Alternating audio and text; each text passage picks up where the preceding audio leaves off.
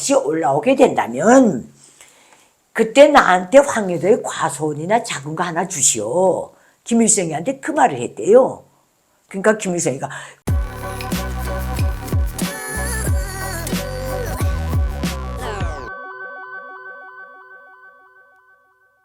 그럼 북한에서는 김구 선생님을 어떻게 평가합니까? 그때 뭐 저 기록에 보면은 평양에 굴뚝이 하나 있었는데 처음에는 거기 뭐 김구 선생님이 신탁통치 뭐 자성하는 듯하니까 뭐 반 김구 구호도 붙어 있었다. 이게 김구 선생에 대한 북한의 생각은 북한 주민들은 가질 권리가 없어요. 김일성 족속이 김구 선생에 대한 평가가 교과서로도 나가고 김일성 족속 사상신에 딱 들어가 있고 용화로도 딱 나가게 돼 있어요. 그렇기 때문에 북한 주민들은 김구가 누군지 글쎄 독립운동가들은 알았겠지만 일반 백성들은 잘 몰라요. 그렇죠. 네, 몰라요 진짜. 옛날 사람들이나 김구 오히려 조만식 선생을 더 잘 알지 김구 선생은 잘 몰라요. 그러면 김구에 대해서는 김일성 족속이 선전하고 쫙 박은 대로 북한 주민들은 세뇌가 돼 있는 거예요. 지금까지? 네, 그 접한 거는.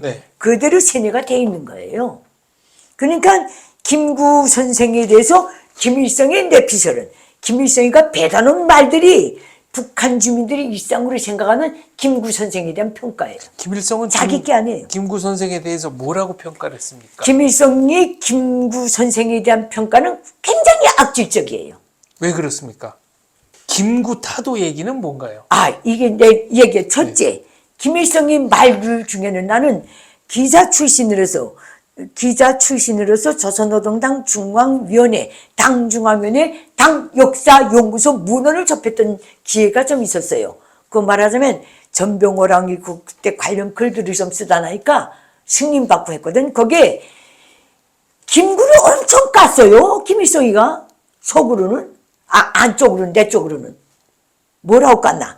저 미수 교포들이 항일 빨치산 여기에 후원금을 다해서 이렇게 보냈는데 김구가 오가면서 가르쳤다.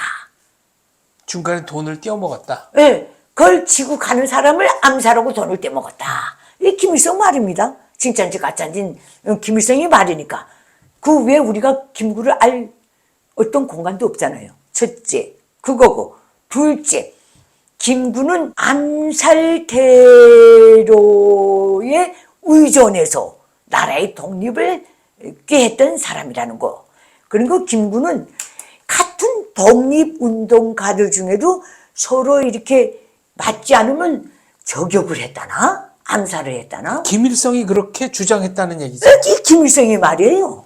그렇게 딱 말이에요. 그 김일성 족속은 언제 상해 임시정부군 뭐고 인정해 본 적이 없어요. 항상 정통성은 김일성한테 있다고 주장해 왔으니까요. 정통성하고 김구는 민족주의자로 딱딱지를 붙여놨기 때문에 민족주의와 공산주의는 공존할 수 없다. 양립될 수 없다. 이것도 또 맞잖아요. 그렇죠. 네. 그러니까 김구는 민족주의자 딱지를 항상 붙였어요. 근데 왜 평양으로 부른 겁니까? 그거는 바로 기만전설이죠. 통일전선 전략에 비해서. 근데 그때 언젠가 말씀하신 저 북한에서 나온 자료 중에 김일성 그 모친이 엄마가 김구 선생을 도왔다. 이건 북한에서 가르치는 내용이죠. 김일성이가 말한 거예요. 뭐라고 말했습니까? 김구 선생이 일제시대 때 무슨 일본 놈을 하나 찔러 죽이고 도망 다닌 적이 있대요. 그거는 백범일지에도 나오죠. 네, 도망 다니다가 어찌 하다가 평양에 들어와서 강동군 망경대 어둠에 그짝 일대 어느 절간에 숨어 있었다나? 근데 김일성의 말은 꼭 100% 믿으면 안 됩니다. 그러니까 이제 어찌 보면 김구를 까기 위해서 말했을 수도 있어요. 근데 이제 숨어 있었는데 자기 모친이 이보익이가 리보익입니다. 할머니 이름이 보익. 이 리보익이가 절간에 그 시주하려 다니면서 젊은 사람이 절간에 숨어 있으니까 그 시주할 때 팥덩어리 겠다가 죽어냈대요. 그래서 쏙 후에 남북 연석회의 할 때 남자선에서 김구 선생이 올라옵니다 하고 자기 그때 이보익이 살아있었을 때니까 얘기를 했다니까 나 잘한다 그 양반 그러더래요. 자기 할머니가. 근데 이거는 뭔가 좀 갖다 붙인 모르죠. 것 같은. 저 원래 거짓말 잘하는 네. 족속이니까 그 자기네가 절간에 숨어 있는 걸 이렇게 해서 밥을 먹였다. 그래서 내가 얼굴은 안다 그러더래요. 그때 리버이가 살아있을 때거든요. 만나게 했습니까? 그 말은 또 없어요. 만났다는 소리는. 만약에 그게 진짜라면 김구 선생님이 만경대 생가 만경대 고향집에 이보이가 살아있었는데 가서 만날 만도 하겠는데 그렇죠. 만났다는 기록은 또 없거든요. 그 다음에 세 번째 어쨌든 좀 이렇게 민족주의자가 올라오니까 기부터 팍 죽여놔야 되겠다 해가지고 평양시에서 유일하게 남은 제일 큰 굴뚝이 벽돌 공장 굴뚝이 하나 있었는데 그게 아마 남북연석 회의장 어디 근방에서 보이는가 봐요. 시꺼멓게 그 굴뚝에다 김구 타도라는 구호까지 써놨댔어요. 어우. 그러면 어쨌거나 38선 넘어간 분한테 그건 인사가 아니네요. 아니죠. 그 써놓고 그 구호를 보고 기분 나쁘지 않으셨습니까? 김구 선생 그러더라는 거예요. 김일성이. 아, 이제 깜찍한 놈이요. 병 주고 약 주고. 네. 네. 그러니까 뭐라고 말했겠죠. 내가 당장 그 주라고 지시했습니다. 뭐 이런 말까지 있더라고. 완전히 작전, 선전, 선동 이런 거에는 뭐 연놈은 악의적인 놈이고 중학교 1학년 1학기 중퇴상 머리에서 도는 거예요. 연놈은. 그런데 사정 없이 지내는 놈이지. 그 레베데프 비망록 네. 혹시 읽어보셨습니까? 아유, 그건 못 봤어요.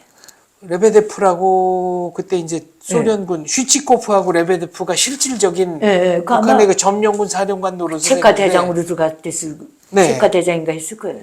그 슈치코프 일기도 있고 레베데프 비망록도 있는데 제가 얼마 전에 이제 레베데프 비망록을 읽었거든요. 거기 보니까 그 연속 회의가 끝나고 이제 김구, 김규식 뭐 몇 사람이 따로 남아서 이른바 15인 회의도 하고 4인 회담, 4김 회담도 하고 그리고 김구, 김일성이 단독 회담을 1시간 남짓했는데 그때 김구가 노후를 부탁했다.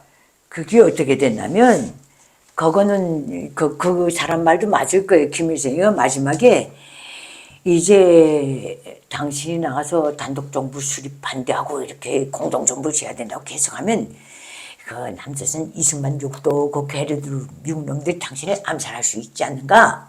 그러니까 김구 선생 내려가지 말고 여기에 있어라 이렇게 된 거예요. 그래서 올라간 걸 인질로 잡아놓으려고 했죠.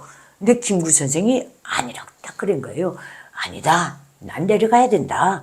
내려가서 조금만은 막아야 된다. 그러면서 내가 만약에 정 남조선에 나가서 이걸 반대해서 이렇게 하다가 정 견디지 못하고 다시 올라오게 된다면 그때 나한테 황해도에 과소원이나 작은 거 하나 주시오. 김일성이한테 그 말을 했대요. 그러니까 김일성이가 그거야 뭐 주겠습니까? 이렇게 된 거예요.